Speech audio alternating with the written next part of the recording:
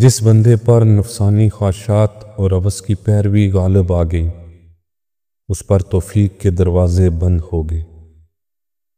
سب سے زیادہ سکون وہ ہے جو آپ اپنے دل کی سکونت سے پاتے ہیں جب آپ خود سے سچا ہو۔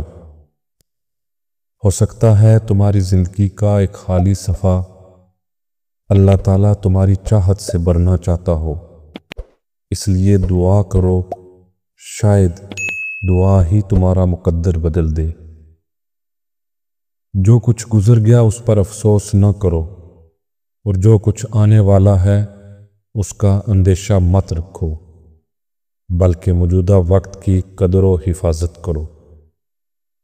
برداشت کی صلاحیت خوش نصیبوں کو ہی ملتی ہے۔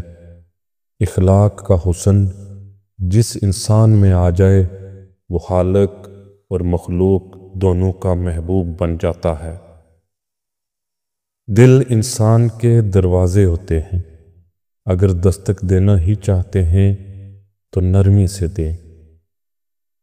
زندگی تب بدلتی ہے جب آپ اپنی حقیقت کو تسلیم کرتے ہیں اور دوسروں کی توقعات سے آزاد ہو جاتے ہیں۔ اللہ کے سوا کسی اور چیز کی محبت میں ڈوبے رہنا انسان کے دل کی ہلاکت کا سبب بنتا ہے۔